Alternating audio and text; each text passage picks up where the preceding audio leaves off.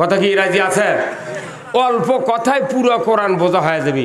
আর সেই কথাগুলো প্রতিদিন শুক্রবারে আপনারা আরবিতে শুনিচ্ছেন, বক্তৃতা দিচ্ছেন না হুজুররা, আপনারাও শুনতে চাচ্ছেন না। কিভাবে মুক্তি পাবো? পুরো কোরআনের ইবাদত করে, পুরো কোরআনের গোলামি করে, পুরো কোরআনের ইতাআত করে আল্লাহরও খুশি অর্জন করব। আসুন না আমরা সেই কথা বলি, ওই পদ্ধতিতে একটু কানর ঢুকে নিই। আগামী দিনে মৃত্যুর পর আল্লাহ দিলে যদি কাজে লাগায়, আল্লাহ রহমতে জান্নাতে যেতে পারবো আমরা। জোরে বলুন ঠিক কিনা? তাহলে এই কোরআনের মূল বিষয়বস্তু, মূল বিষয়বস্তু হলো তিনটা। জোরে কোন কয়টা? সবাই বলেন কয়টা? তিনটা। এক নাম্বার হলো অর্থনীতি। এক নাম্বার কি? অর্থনীতি। দুই নাম্বার সমাজনীতি। আর তিন নাম্বার হলো রাজনীতি। এই তিনটা নীতি কোরআনে আল্লাহ পাঠিয়ে দিয়েছেন। জোরে কোন সুবহানাল্লাহ। এক নাম্বার কি? সবাই মুখস্থ করেন। অর্থনীতি। দুই নাম্বার সমাজনীতি। তিন নাম্বার রাজনীতি। কেউ যদি জান্নাতে যেতে চান তাহলে আপনাকে রাজনীতি করে যেতে হবে। কেউ যদি দোজখে যেতে চান রাজনীতি করে দোজখে দেওয়া লাগবে।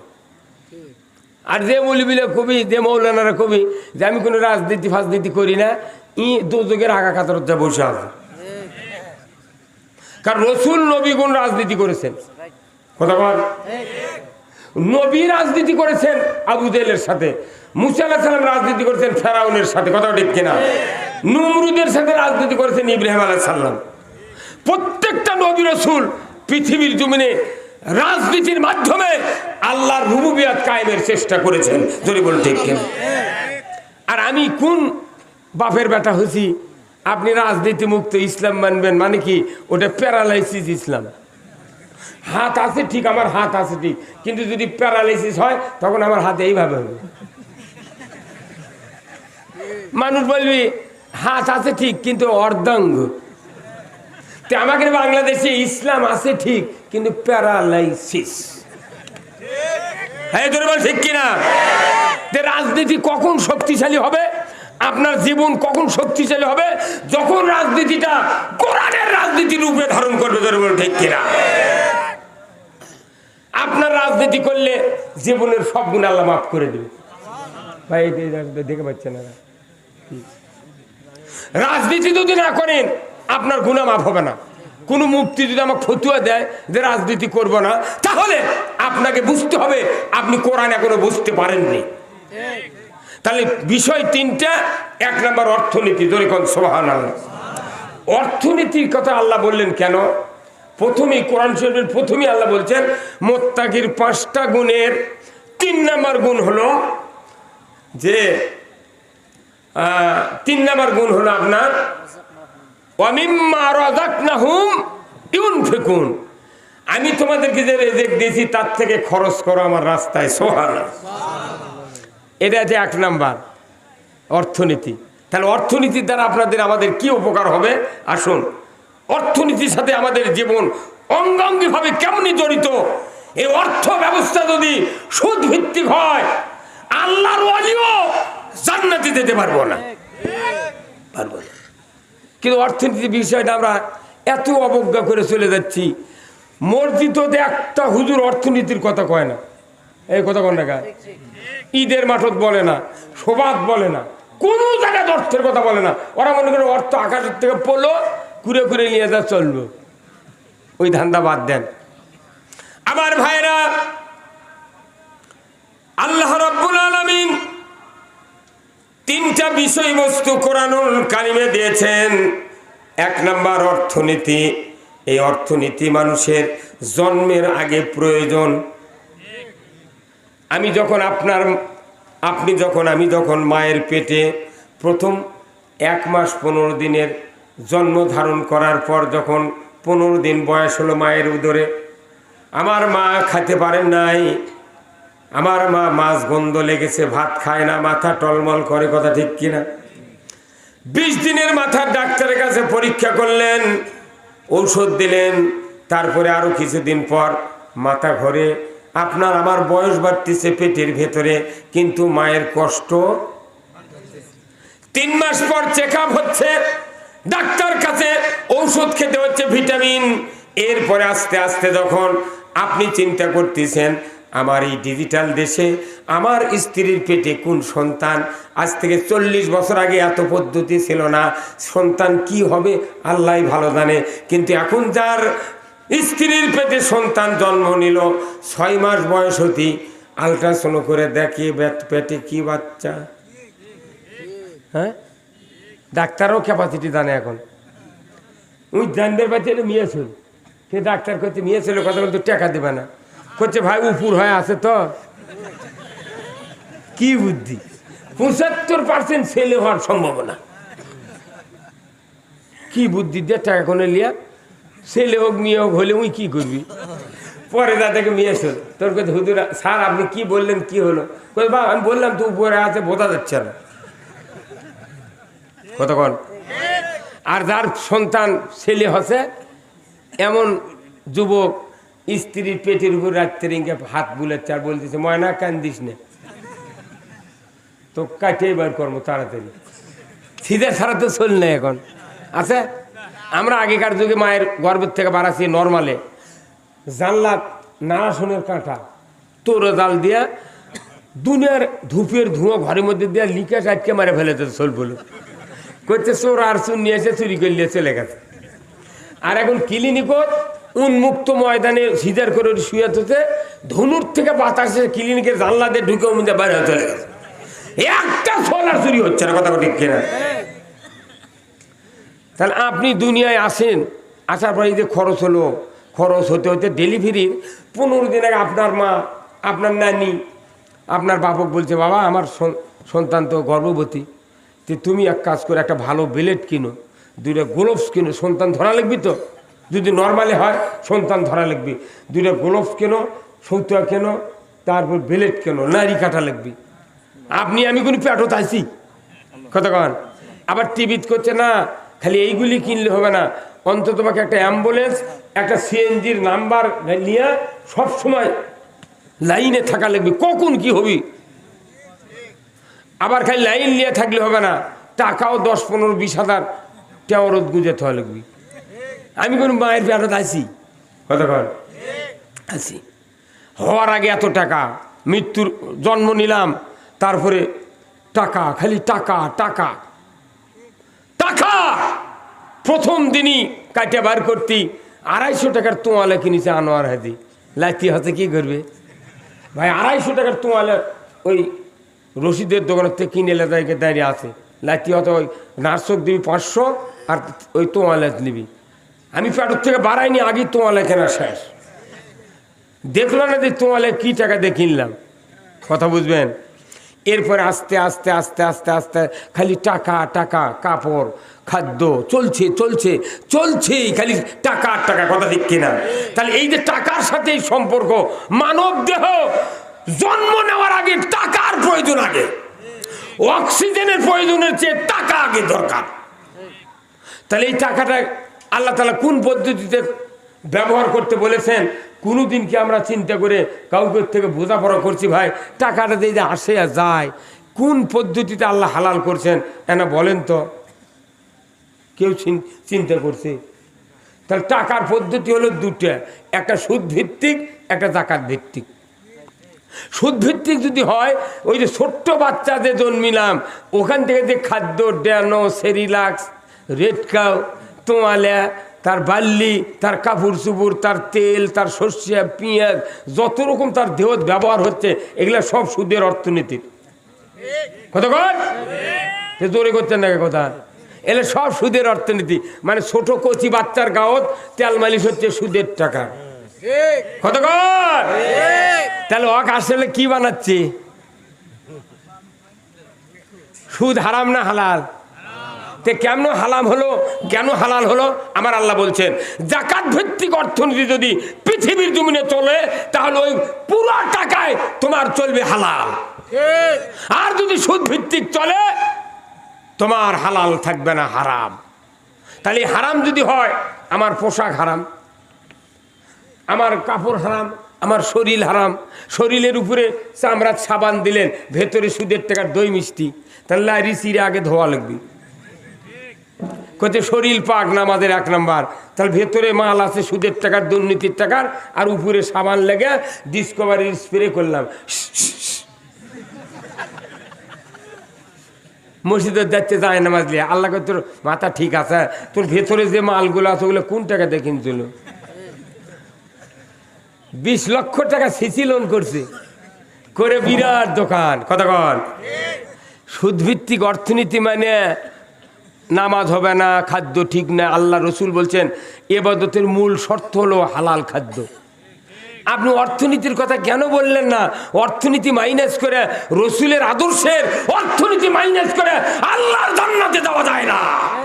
কারণ অর্থের সম্পর্ক মানব জাতির এত প্রয়োজন, অর্থ ছাড়া কিচ্ছু হয় না। আমার ভাইরা, আল্লাহ রাব্বুল আলামিন কোরআনুল কারীমে বলেছেন, ইয়া আইয়ুহাল্লাযীনা আমানু লা তাকুলুর রিবা, ঈমানদাররা তোমরা সুদ খাইও না। কার কথা? আচ্ছা, এই কথার ওয়েট কি কম না বেশি? আল্লাহ নিজে নিষেধ করেছে খাইও না, তারপর আমরা সুদের অর্থ ব্যবস্থা মানতেছি। হাজার হাজার মানুষ সুদের সাথে জড়িত। ডক্টর ইউনূস বাংলাদেশের কয়েক কোটি লোক বাঁচে থাকতে জাহান্নামে পাঠিয়ে দিচ্ছে পোস্টিং করে।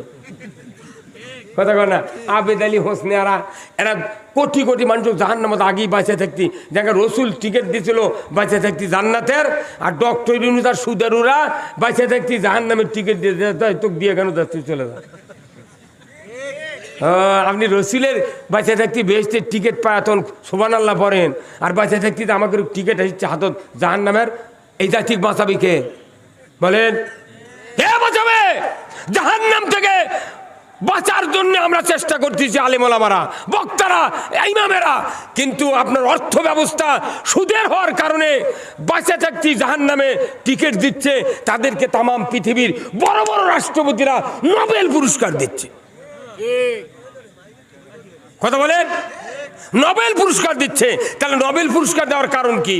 কি কারণে? ওই ইহুদি নাসারা জানে যে মানুষ মুসলমানেরা জান্নাতে যাবে, আমরা বাঁচে থাকতে নবীর সাথে পারিনি। এরকম এমন একটা জিনিস ঢুকে দেবো, হাজারো আবাদত, হাজারো হজ, হাজারো দাড়ি, টুপি, জুব্বা, দিনের খেদমত করবি, কিন্তু এমন জায়গার যা ভিনিশ হয়ে যাবি, ওই কাজ যদি ঢুকে দেওয়া যায়, এর ক্ষেত্রে পুঁজিবারটা কিছু থাকবে না। কথা কন কেবা মাই কেঙ্কা হলো কেনা? শেষ শেষ।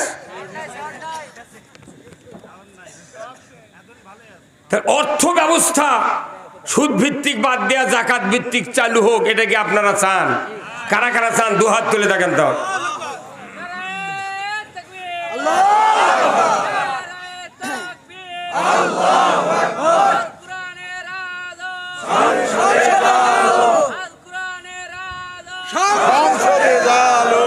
মারহাবা।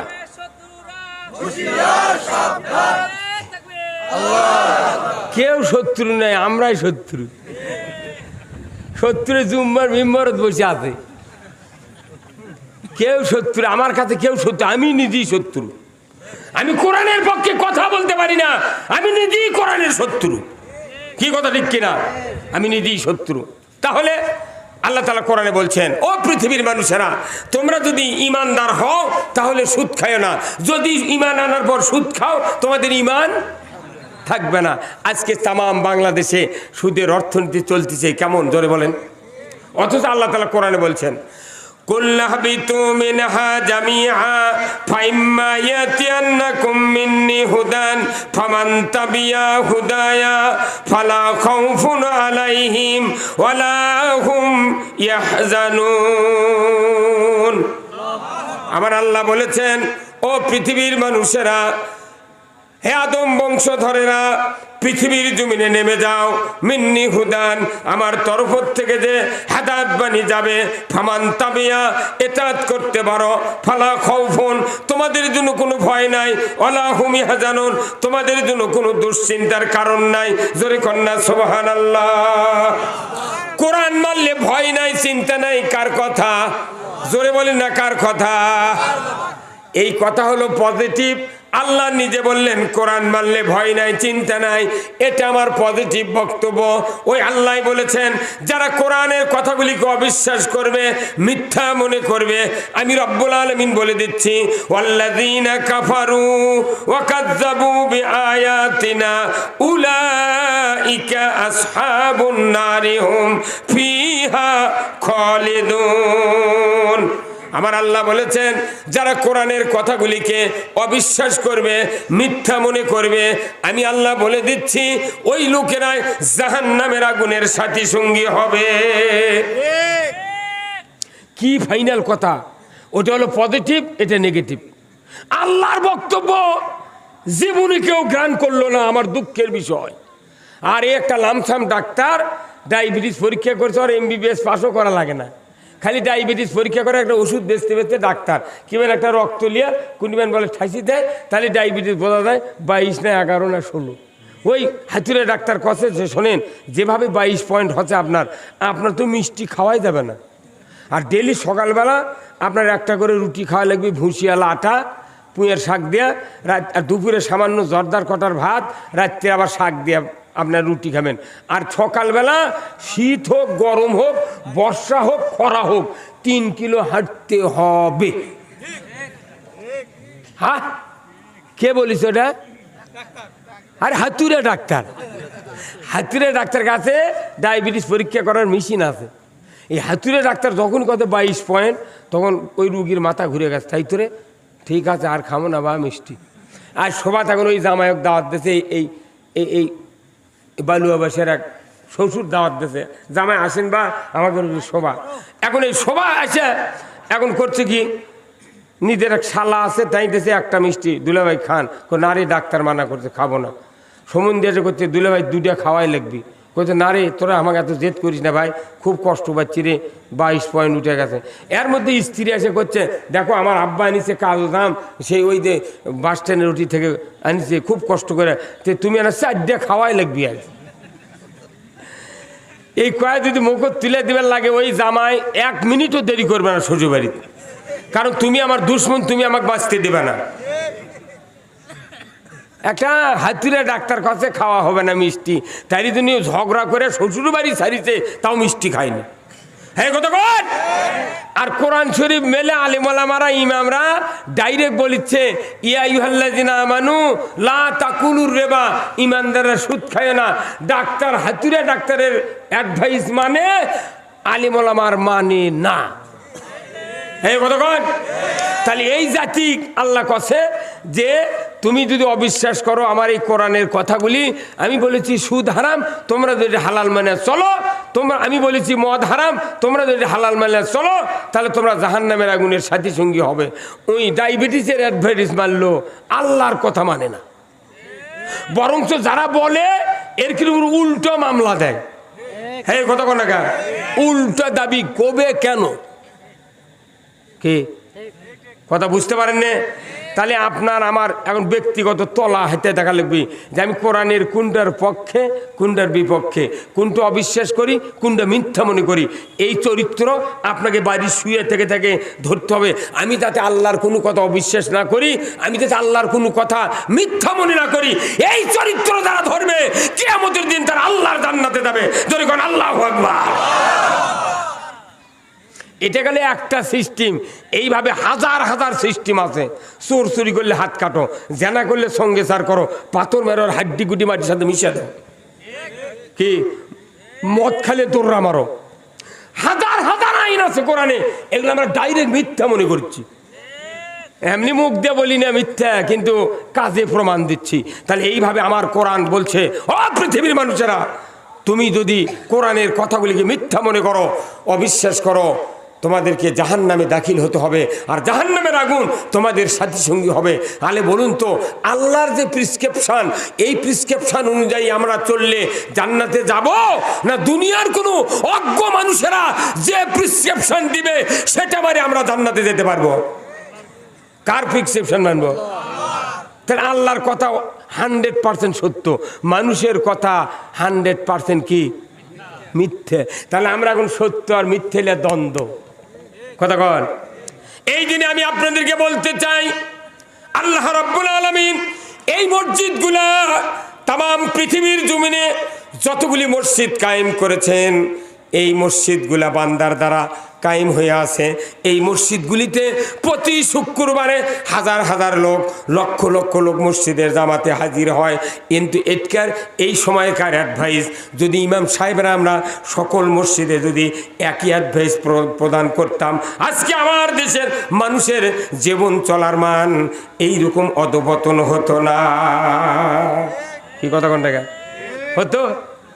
প্রাইমারি আছে বাংলাদেশের চিটাঙ্গের ওই হিলটেক্সের প্রাইমারি যে সিলেবাস, আপনার এই সিংড়া উপজেলার প্রাইমারিরও সেই সিলেবাস।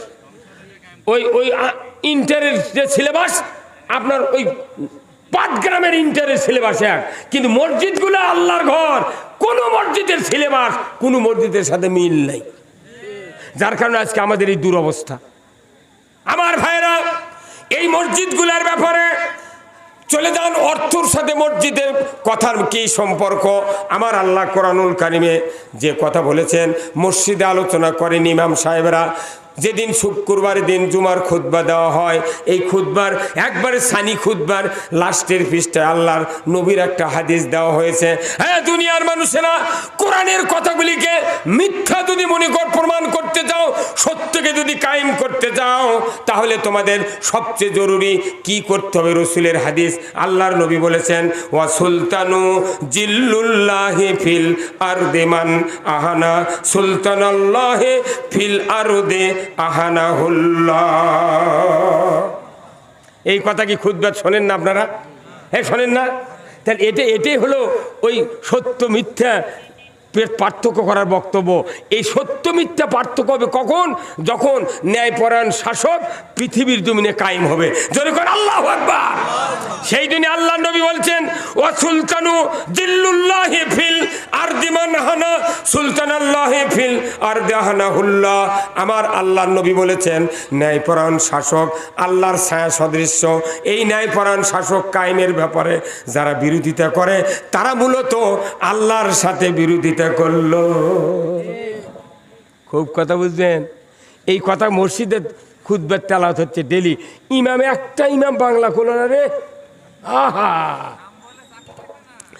একটা ইমাম নাম একথা বক্তৃতা বললো না যে না, আল্লাহর এই ন্যায়পরায়ণ শাসক এটা কায়েমের বিপক্ষে যারা থাকবে তাদের আল্লাহর সাথে দুশ্মনী করা হবে।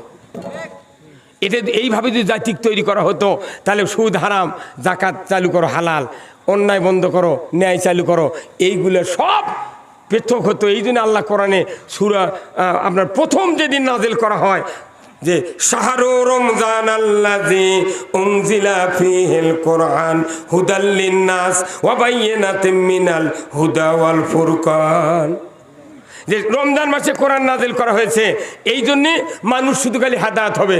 2 নাম্বার হলো হক আর বাতিল পার্থক্য করবে। এটার সাথে ওই যে মসজিদের সম্পর্ক, মসজিদে যদি ন্যায়পরায়ণ শাসক কায়েমের ব্যাপারে মানুষগুলির চরিত্র তৈরি করতে পারতাম, আমার দেশে একটা অন্যায় হতো না। যদি বলতে কিনা, মুসলমানের সমাজে সুদ চলবে, চুরি চলবে, জানা চলবে, মহিলার বল খেলা চলবে, কখনোই হতে পারে না। মসজিদগুলি ধন্দা মেরে আসি, মোতাল্লিগুলোও কিছু করছে না। মোতাল্লিক ইমামের যে সুর, এটা আমি ইমামই পাচ্ছি। কতক্ষণ কানের সুখে কাজ হবে না? কতক্ষণ কানের সুখে কাজ হবে? এই যে পাথর দিয়ে লাগাচ্ছেন আপনারা, যাদের এই গামরের সময় ধান কষকষে কালো, ওর দেখে ফুর্তি হচ্ছে, মানুষে বুঝে আর সেই রকম ধান জমিছে, কিন্তু কাটার পর আমি বুঝে পাবি কী হচ্ছে। আর যার ধান না লাল হয়ে খুশির মতো আছে, ওরকে ফলন বেশি হবে। থোপ কম হোক কিন্তু ফলন বেশি। কিন্তু ওই চোখের সুখের জন্য সার মারছে, আর এক মানুষে গাইলেছে তোর সার দেবে না লাল হতা। কতক্ষণ? তাহলে আপনার আমার জীবনটা শান্তি দেখলে হবে না।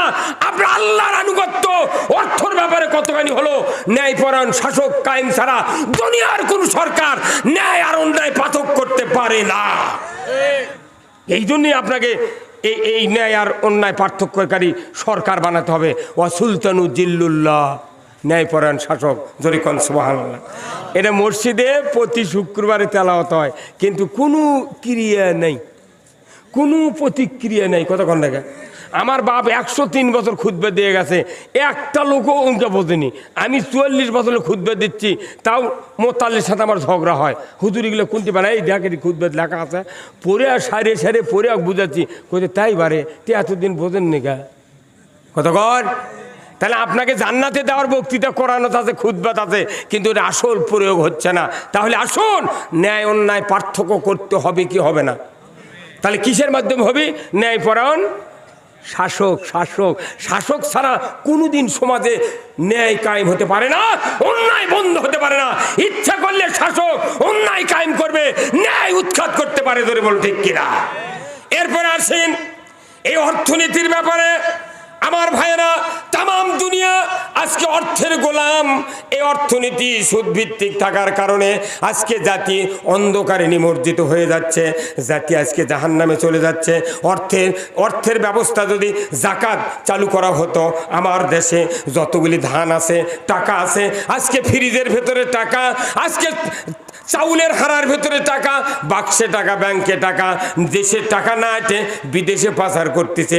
এতগুলি টাকার যদি জাকাত দেওয়া হতো, আমার দেশে 5 বছর পর জাকাত খাওয়ার কোনো লোক থাকতো না। এর জন্য কে দেয়? আমরা দেই। আমরা তো ওই সরকার চাইনি।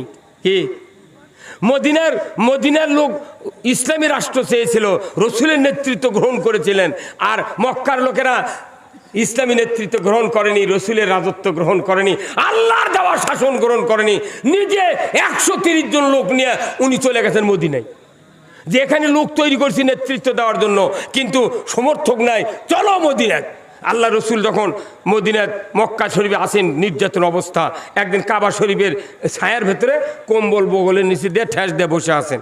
হঠাৎ করে হযরতে খাব্বাব রাদিয়াল্লাহু তাআলা আনহু রসুলের সামনে হাজির, ভারাক্রান্ত হৃদয় নিয়ে রসুলকে বলছেন, ইয়া রাসূলুল্লাহ, আপনি কি আল্লাহর দরবারে দোয়া করবেন না? আল্লাহর সাহায্য কি আমাদের উপর আসবে না? আজকে আমরা মার খেয়ে নির্যাতন হয়ে আমরা নিষ্পেষিত হয়ে শেষ হয়ে যাচ্ছি, হুজুর গো একটু আল্লাহর দরবারে কি দোয়া করবেন না? আমার ভাইয়েরা, রসুল সোজা হয়ে বসলেন, বললেন, খাব্বাব এত তাড়াহুড়ো করছো কেন? আমাদের পূর্বে যারা দিনের দায়ী ছিলেন তাদের কাউকে শুলে চলে হত্যা করা হয়েছে, কাউকে লোহার চেরুনি দিয়া শরীর থেকে গোস্ত টানায়া হাড্ডির থেকে পৃথক করা হয়েছে, কাউকে করাত দিয়া দ্বিখণ্ডিত করা হয়েছে, উত্তপ্ত তেলের ভেতরে ফেলে দিয়া ভস্মীভূত করে দেওয়া হয়েছে। তবুও দিনের দায়ীরা দিনের পথ থেকে এক তিল পরিমাণ সরে যায় না। খাব্বাব এত তাড়াহুড়া করছো কেন? সেদিন বেশি দূরে নয়, সেদিন বেশি দূরে নয় রে খাব্বাব। সানা থেকে হাজরামউত পর্যন্ত, ইয়েমেনের রাজধানী সানা, হাজরামউত পর্যন্ত 1200 কিলোমিটার রাস্তা। একা একা যৌবনের লাবণ্যতা নিয়ে একজন যুবতী সোনার অলংকার পরিহিত অবস্থায় রাতের অন্ধকারে একা একা পথ চলবে। লা ইয়াখাফু ইল্লাল্লাহ, আল্লাহর ভয় ছাড়া কাউরও ভয় থাকবে না। সেদিন বেশি দূরে নয় রে খাব্বাব, একটু ধৈর্য ধরো, আল্লাহ তাআলা ব্যবস্থা ওই রকম করে দিবেন। জোরে কন্যা সুবহানাল্লাহ।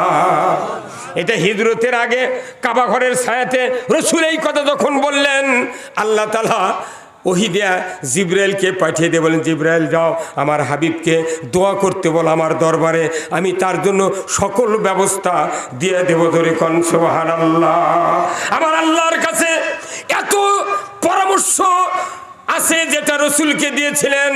আল্লাহর নবীকে বলা হলো, হে রসুল আপনি আমার কাছে দোয়া করুন, ওয়াকুর রব্বির আদখিলনি মুদখালা সিদকিন ওয়াখরাজনি মুখরাজা সিদকিন ওয়াজআলনি মিন লাদুনকা সুলতানান নাসীরা। আমার ভাইরা, মক্কাতে রসুলকে আয়াত নাজিল করে দিয়ে বললেন, হে রসুল আপনি দোয়া করুন, হে আল্লাহ আমাকে একটা রাষ্ট্র শক্তি দান করুন, না হয় অন্য একটা রাষ্ট্র দিয়া আমাকে সাহায্য করুন। জোরে কোন সুবহানাল্লাহ। আর আমার দেশের লোক কয় না নবী রাষ্ট্র শক্তি চায়নি। আল্লাহ রসুল নিজে 10 বছর এই কোরআন দিয়া 12.5 লক্ষ বর্গমাইল শাসন করেছেন। হে ভাই কথা কোন টাকা, মদিনার রাষ্ট্র কি দিয়ে শাসন করেছেন রসুল? তা আপনার কে বুদ্ধি দিল কোরআন বাদ দিয়ে অন্য কিছু দিয়ে শাসন করা? আর আপনি কইতেন যে জান্নাতের যাবো। আমার কেমন যেন বিশ্বাস, বাংলাদেশের মানুষ যদি জান্নাত দেয় আল্লাহ, তাহলে 9 নাম্বার বেহেশত বানান লাগবে। এই ভাই ঘুম পান গাই, এই হ্যালো, ওই সাউন্ড বক্স, এই যান কি কি কথা দেখেন, মধ্যে 40টা সভা করছে এবার, সেই জন্য টেনশন নাই তো, কোনো টেনশন নাই। ওর কি কথা কন, এই বাংলাদেশে আমরা নির্বিঘ্নে নামাজ পড়তেছি, রোজা করতেছি, কথা কন না, কোনো টেনশন নাই। কিন্তু কি মানে টেনশন মুক্ত আপনি আছেন? আপনি জানেন আল্লাহ কোরআনে কি বলছেন? আপনি কোন জীবন ব্যবস্থা মেনে আপনি টেনশন মুক্ত আছেন? কোন জীবন ব্যবস্থা মেনে? আল্লাহ বলছেন কোরআনে, ওয়ামাইয়াবতাগি গায়রাল ইসলামি দীনান ফালাইয়ুকবালা মিনহু ওয়া হুয়া ফিল আখিরাতি মিনাল খাসিরিন। আমার আল্লাহ বলেছেন, ও পৃথিবীর মানুষেরা, ইসলাম ছাড়া অন্য কোন জীবন ব্যবস্থা যদি তোমরা গ্রহণ করে শান্তি পাওয়ার আশায় তোমরা নির্বিঘ্নে অন্য কোনো জীবন ব্যবস্থা যদি মানো, আমি আল্লাহ বলে দিচ্ছি তার আন্ডারে যত ইবাদত করবে আমি রব্বুল আলামিন একটা ইবাদতও কবুল করব না। শেষ। এ ওযু ইতিকাফ হজ দিলে শেষ। কি কথা বল না? এখন আমি 44 বছর ইমামতি করি, একটা মসজিদের ইমাম কোনোদিন ইমামক বলল না, এই ইমাম সাহেব আপনার বহু চাপা শুনেছি, কিয়ামতের দিন রসুলের উম্মতেরা 73 কাতারে বিভক্ত হবে। রসুল নিজে বলছেন 72 কাতার জাহান্নামে যাবে, 1 কাতার জান্নাতে যাবে। ওই কাতারে থাকার কি বুদ্ধি আপনি আগামী শুক্রবারে বলবেন? একটা মুতাল্লি কোনো ইমামক বলেনি। কে মানা করছে এর বলার?